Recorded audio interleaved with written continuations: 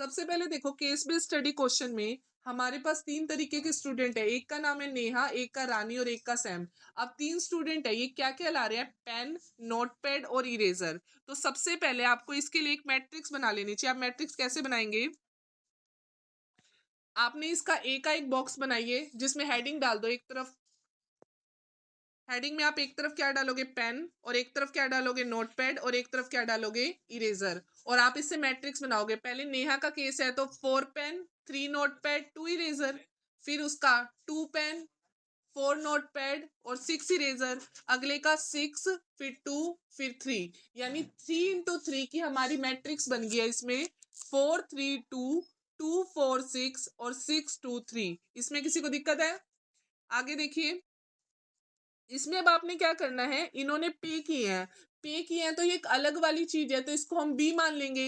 ये system of equation by matrix method का question है। इसमें आप क्या करेंगे, बी क्या होएगा, जो इनके प्राइस है, प्राइस क्या है 60, 90 और 70। और एक्स को आप क्या मान लेते हैं सिस्टम ऑफ इक्वेशन में, एक्स वाई जेड।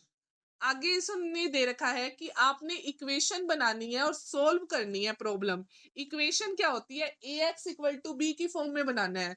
तो आप ए की जगह ए की वैल्यू रखोगे, 4 3 2, 2 4 6, 6 2 3। फिर आप x की जगह x की वैल्यू रखोगे और b की जगह b की वैल्यू रखोगे।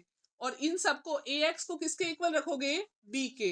आपका इसमें बस पहले क्वेश्चन में आपने ए एक्स इक्वल टू बी रखना है, सोल्व करके नहीं दिखाना केस स्टडी में। इन्होंने कहा था सिर्फ आप ए एक्स इक्वल टू बी रखो, यानी a की वैल्यू रखो, फिर x की वैल्यू रखो, फिर इक्वल टू का साइन रखो और b की वैल्यू रखो।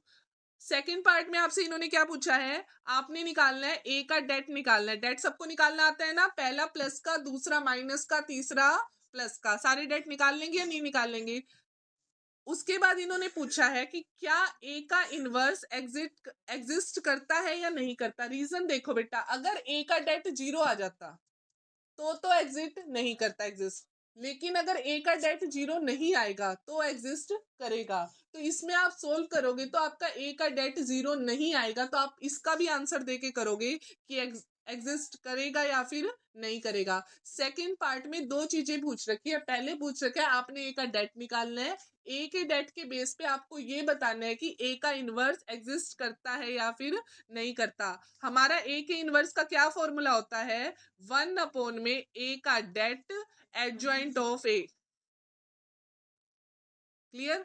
अगला थर्ड पार्ट देखिए, हमने इन्होंने बता दिया कि आपका ए इनवर्स पॉसिबल है, तो right the formula of x लिखना है आपने और फाइंड एक्स करना है। अब फाइंड एक्स करना है, अब सिस्टम ऑफ इक्वेशन पूरी लगाओगे। पहले माइनर, सबसे पहले आप क्या निकालेंगे, माइनर, फिर क्या निकालेंगे, कोफैक्टर, फिर निकालेंगे एडजॉइंट। एडजॉइंट क्या होता है, कोफैक्टर का ट्रांसपोज। फिर ए इनवर्स निकल जाएगा आपका। ए इनवर्स क्या होता है, 1 का डेट एडजॉइंट ऑफ ए।